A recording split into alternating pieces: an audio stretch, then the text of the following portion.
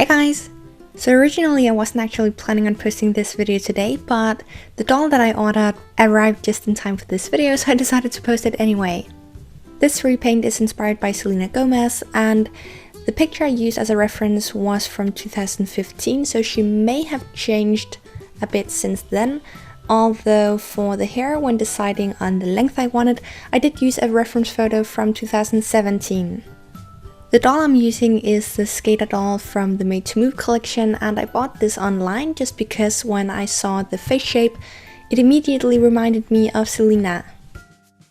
One thing though is that a round head on a Barbie is not necessarily equal to a round head on a human, so the head is too wide and the doll is also too tan.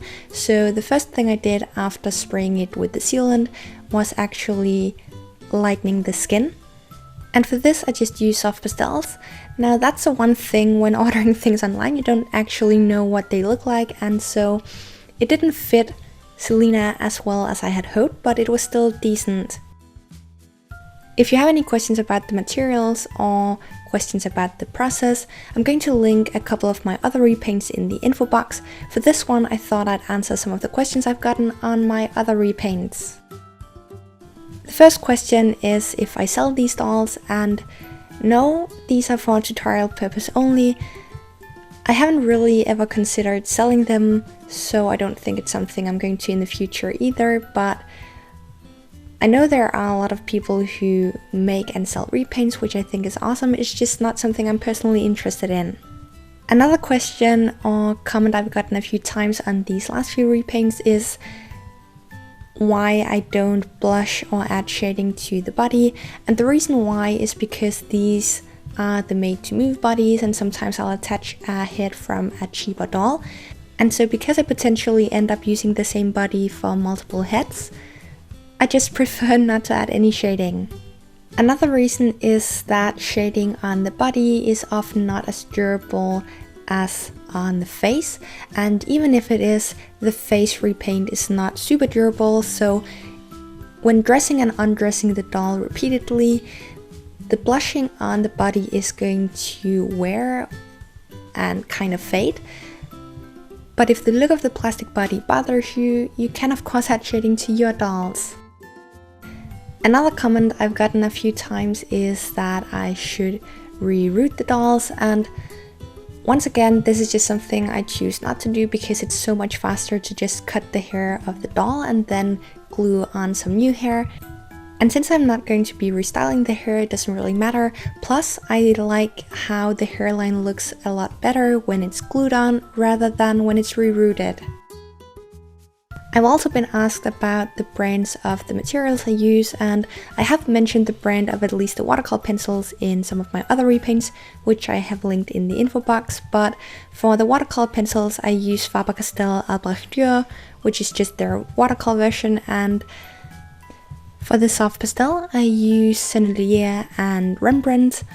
I do love the better quality brands because they are super pigmented and just really nice to work with, but you can really use whatever brand you want. The next question is why I don't add false lashes to these dolls, and really the only answer I can give you is that unless a doll has insert eyes, I just don't like how it looks. But if you prefer the look of the dolls with real lashes, definitely add them to your repaints. The last question I'm going to answer in this video is what type of hair I use, and the hair I use is viscose, which I get from eBay by just searching for long viscose doll hair. But once again, you can use whatever type of doll hair you prefer, or whatever type of doll hair you can find near you or online. I just enjoy how sleek the viscose is and how you can use heat to curl it or straighten it. One downside though is that if you add water to it, it looks like it has been crimped. So if you are adding some shading using acrylic paint, or if you are styling it using some watered down glue, you do need to be slightly careful.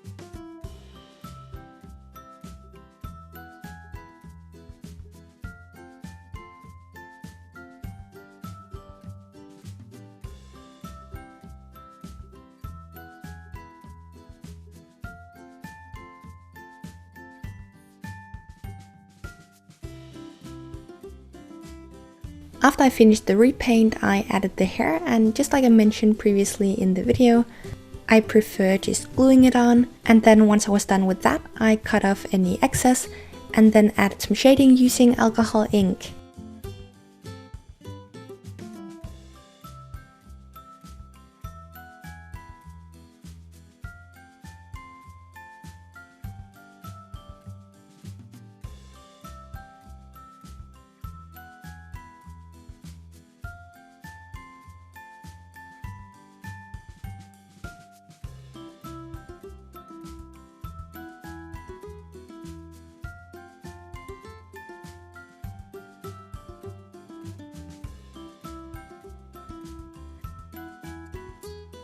To make the pattern for the blazer, I measured the width of the shoulders as well as the width under the arms.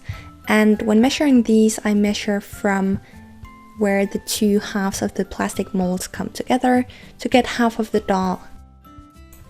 I also measured the waist, hips, and then the length.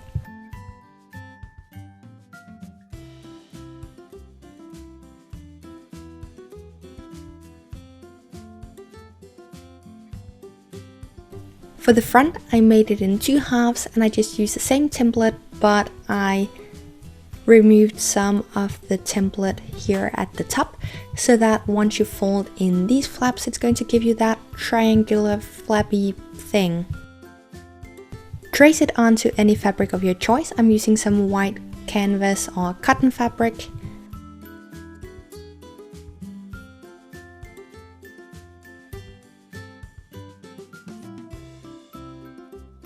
Cut it out, leaving enough room for seam allowance.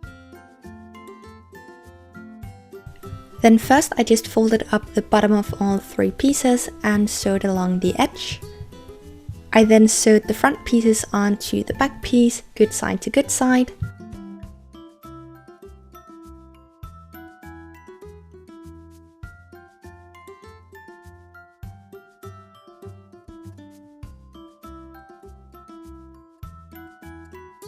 I then took it in a bit on the back to give it some more shape.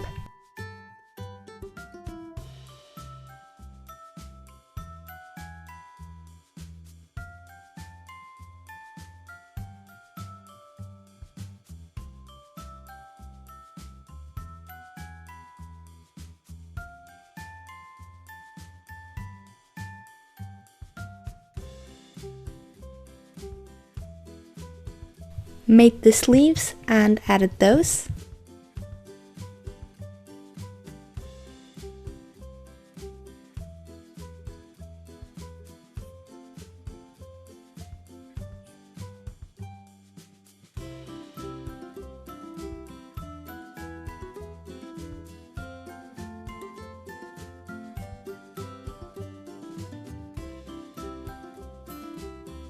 And then lastly, I just made and added the collar.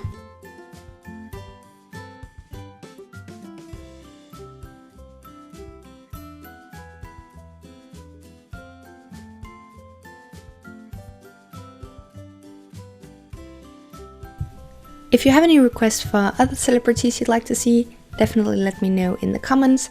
Thank you so much for watching, and I'll see you in my next tutorial.